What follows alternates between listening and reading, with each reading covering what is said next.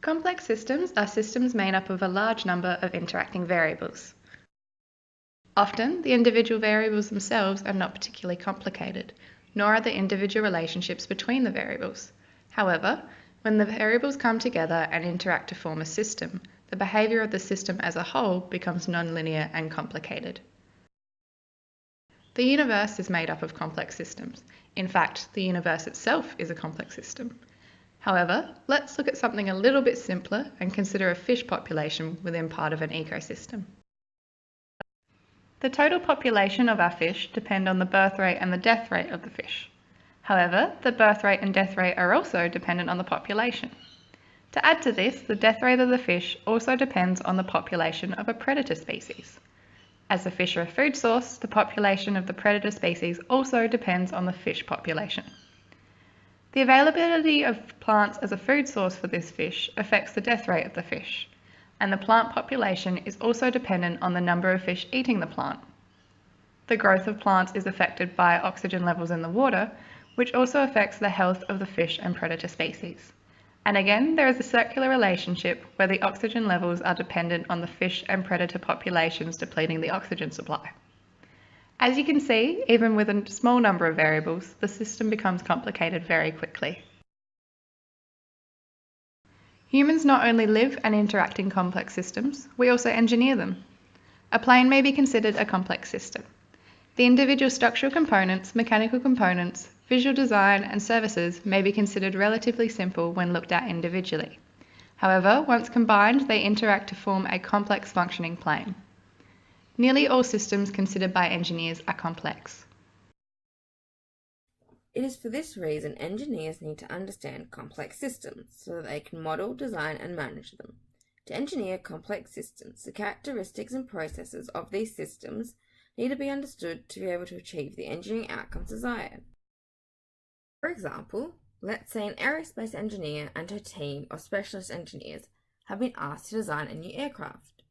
To do this, the engineers must understand all the different components of the aircraft and how they work together to ensure they design a well-functioning plane.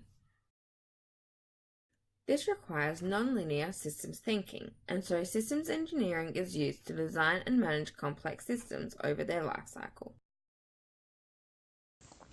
Different fields of engineering have different ways of dealing with complex systems. Let's consider the field of environmental, mechanical, structural, and electrical engineering to compare how different disciplines deal with complex systems.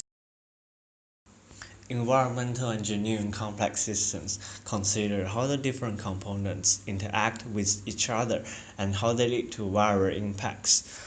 Complex mechanical systems focus on the actual systems that cooperate with the physical process to form technical systems.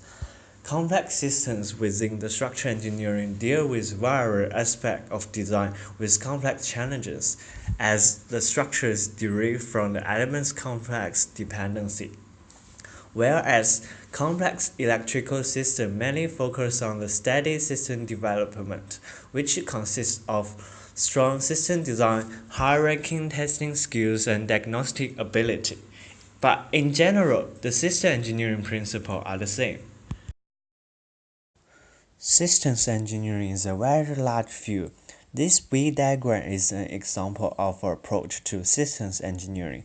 The top part of the V diagram gives the approach to management of the system engineering, and this is the area we will focus on. Even for this specific approach to system engineering, the management process still follows the 5 general principles of hierarchy, modularity, regularity, abstraction, and discipline. In order to have a better idea about the 5 principles, an example would be illustrated about how those principles are incorporated with the plan.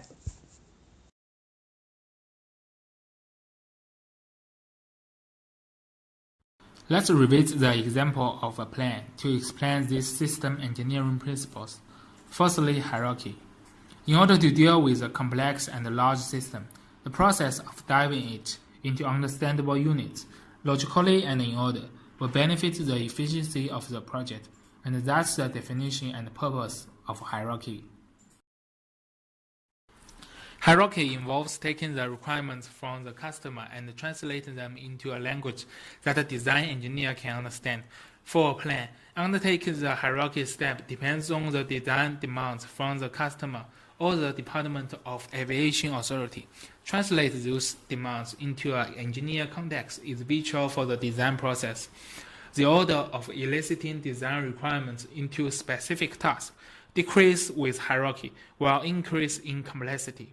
For example, for a commercial aircraft, one of the first levels to consider within the system hierarchy is the size of all components in the system. This would firstly comprise the structural dimension of the aircraft, followed by the dimension of the wings, fuselage, and tail. The layout of pathway to emergency exit is also be a subsequent consideration. Finally, the requirements for the replaceable components, such as batteries and any other electronic programmable modules, only when the demands have been looked at by using the principle of hierarchy and in order, the plan will have a chance to build successfully.